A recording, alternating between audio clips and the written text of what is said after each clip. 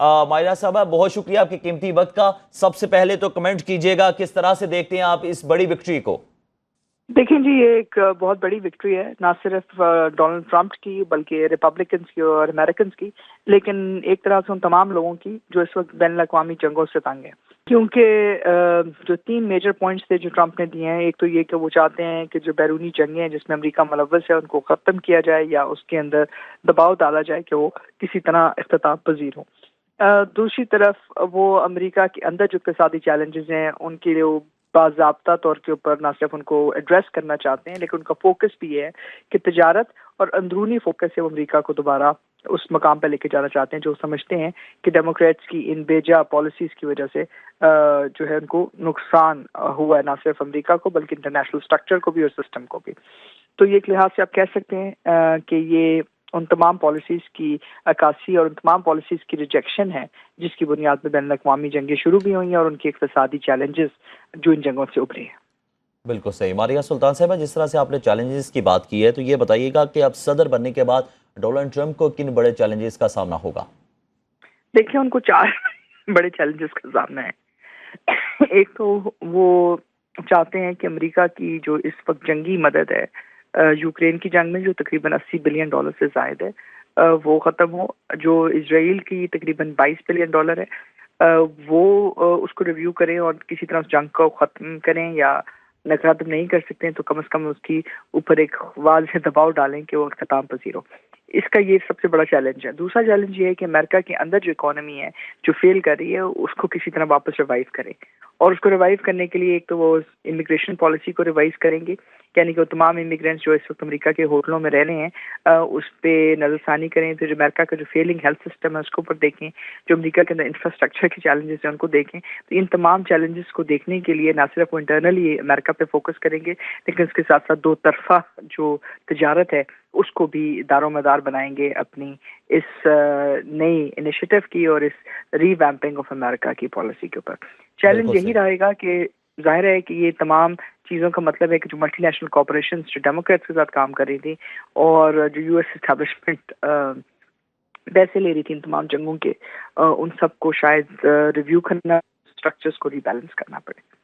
بالکل صحیح. اچھا ماریہ سلطان صاحبہ، ایک اور بات بتائیے گا کہ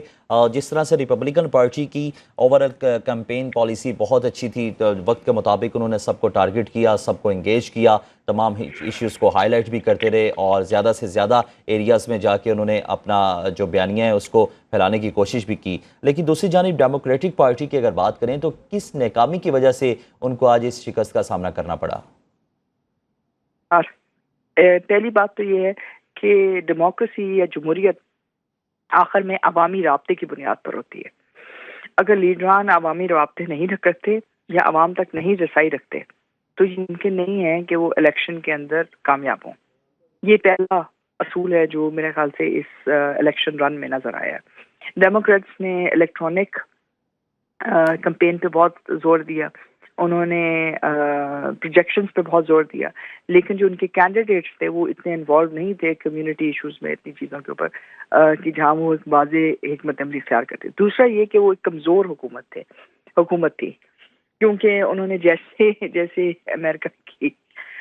بین الاقوامی جنگیں ہیں ان کے اندر مداخلت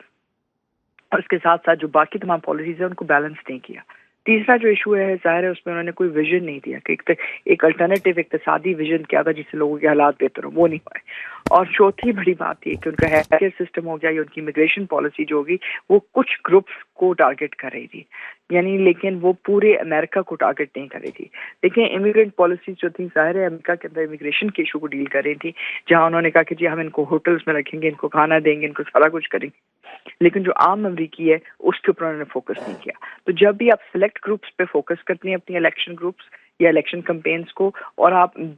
میجورٹی آف پاپولیشن کو پیچھے چھوڑ دیتے ہیں تو ناکامی آپ کا مقدر بن جاتی ہے. بالکل ایسے. ماریہ سلطان بتائیے گا کہ ڈیموکریٹ نے کہاں لیک کیا سب سے زیادہ، اور ٹرمپ نے کس جگہ پر سٹرونگ پوائنٹ تھا ان کا جس وجہ سے آج جیت ان کا مقدر بنی؟ دیکھیں 2 چیزیں ہیں. ایک تو یہ کہ جو ان کی بیرونی جنگیں ہیں ڈیموکریٹس کی، دنیا میں جب بھی اقتصادی چیلنج آتا ہے تو 3 طریقے ہوتے ہیں اس کو باہر نکلنے کے. ایک یہ کہ آپ جنگ کر دیں، مطلب جنگ کی شروعات کر دیں، اس سے ایک وار اکانومی جنریٹ ہوتی ہے. دوسرا یہ کہ آپ اپنی فسکل مانیٹری پالیسی کو ٹھیک کریں، اور تیسرا یہ ہوتا ہے کہ آپ اندرونی ریولوشن لے کے آئیں۔ ڈیموکریٹس نے سب سے آسان حل استعمال کیا، اور وہ یہ تھا کہ انہوں نے 2 جنگوں کے اندر امریکہ کو شامل کیا، ایک یوکرین کی، دوسری مشرق وسطیٰ کی، لیکن اس سے وہ جو وار اکانومی کا سائیکل ہے وہ جنریٹ نہیں کر سکے۔ دوسری بات یہ ہے کہ اس کی وجہ سے جو ان کا اپنا پروگریسو ووٹ تھا وہ بھی افیکٹ ہوا، جہاں انہوں نے اسٹوڈنٹس کے خلاف نہ صرف ان کو بند کیا، ان کے خلاف ایف آئی آر آپ ایک طرح سے کہہ سکتے قانونی کارروائی کی، اسی طرح انہوں نے جو اندرونی چیلنجز تھے اس پہ آنکھیں بند رکھی، چاہے وہ ہیلتھ کیئر سسٹم تھا، چاہے ان کا فیلنگ انفراسٹرکچر تھا، چاہے لوگوں کی جو ہے تحفظات تھے، جو عام امریکیوں کے تحفظات ہیں ان میں سے کسی بھی چیز کو سر فہرست نہیں رکھا۔ تو جب آپ عوام کی تحفظات کو پیچھے رکھتے ہیں اور آپ جمہوری نظام سے آگے بڑھنے کی کوشش کرتے ہیں تو یہ ممکن نہیں ہوتا کہ یہ تمام چیزیں آپ حاصل کر سکیں اگر اس کی بنیاد اتنی کمزور ہو۔ اور پھر ظاہر اس میں ایک بڑا ایشو یہ بھی ہے کہ Kamala Harris versus Joe Biden right leadership candidate تھے یا نہیں، اور پھر آپ یہ دیکھیں کہ ان کو سرو کرنے کے لیے ہر طرح کا جو ڈیموکریٹس کا رجسٹرڈ ووٹر تھا، جو کہ چاہے انفلوئنسر تھا چاہے جو بھی تھا، وہ آگے بڑھے تاکہ آ کے کیملا ہیرس کی مدد کر سکیں، لیکن جتنی بیساکھیاں انہوں نے لیں اتنی بیساکھیاں جو ہیں وہ ان کو نیچے لے کے آنے میں انہوں نے کردار ادا کیا، کیونکہ وہ کمزور تھیں۔ یہی وجہ ہے کہ ان کو اتنے تمام لوگوں کی ضرورت بھی پڑی، اور ان تمام تر کوششوں کے باوجود سوشل میڈیا ایک طرف، ایکچوئل کمپین ایکسیس ایک طرف، اور ڈونلڈ ٹرمپ کی کیونکہ کمپین ایکسیس بہتر تھی، ان کے لوگوں کی ایکسیس بہتر تھی، ان کے جو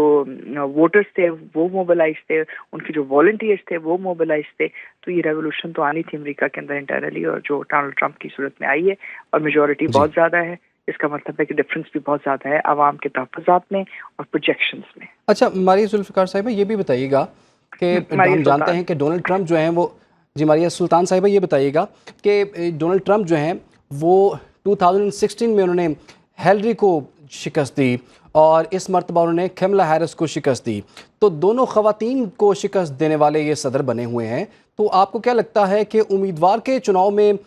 جو ڈیموکریٹس ہیں انہوں نے کس کمزوری کا مظاہرہ کیا، اور خاص طور پر جب بائیڈن اس دوڑ میں شامل تھے تو اس کے بعد پھر اچانک سے کیملا کو امیدوار بنایا جانا، آپ کو لگتا ہے شاید یہ وجہ بنی؟ نہیں، دیکھیے ان کی کمزوریاں تھیں ڈیموکریٹس کے کینڈیڈیٹ کی چوائس میں۔ جب آپ اقتصادی ترقی کی بات کرتے ہیں اور آپ اقتصادی تعاون کی بات کرتے ہیں یا برابری کی بات کرتے ہیں ایک ایسے ملک میں جو اس وقت ترقی یافتہ کنسیڈر ہوتا ہے، تو یہ ممکن نہیں ہوتا کہ آپ ایشو بیس پالیٹکس کریں، اور ایشو بیس پالیٹکس میں آپ جینڈر بیس پالیٹکس کی بنیاد پہ کہ صرف آپ عورت ہیں تو اس لیے آپ کو ووٹ دیا جائے۔ اگر آپ ایک پریزیڈینشیل الیکشن کے لیے کھڑے ہو رہے ہیں اور پریزیڈینشیل کینڈیڈیٹ کے طور پہ کھڑے ہو رہے ہیں تو پھر آپ کو پورے ملک کو آگے لے کے جانا پڑے گا، اور صرف نسوانیت کی بنیاد کے اوپر آپ جو ہے کوئی ایک لیڈرشپ کانٹیسٹ نہیں جیت سکتے ہیں۔ آپ کے پاس کوئی ویژن ہونا چاہیے، آپ کے پاس لوگوں کے ساتھ ایکسیس ہونا چاہیے۔ ہلری کلنٹن ہو گئی، وہ پریزیڈنٹ کی وائف تھیں اس لیے ان کو اتنا ایکسپوجر ملا، اس کے بعد وہ فورن سیکرٹری تھیں، مطلب ان کے پاس ایک فورن آفس، مطلب ایک فورن منسٹر کے طور کے اوپر انہوں نے امریکہ کے مختلف جو ہے ان کے کردار ادا کیے، لیکن فورن منسٹر یا فورن رول کا مطلب کیا ہے؟ سیکرٹری آف اسٹیٹ کا مطلب یہی ہے کہ آپ کی انٹرنل فوکس نہیں، یعنی کہ آپ انٹرنلی جو امریکی عوام ہیں ان کے تحفظات کو نہیں جانتے تھے۔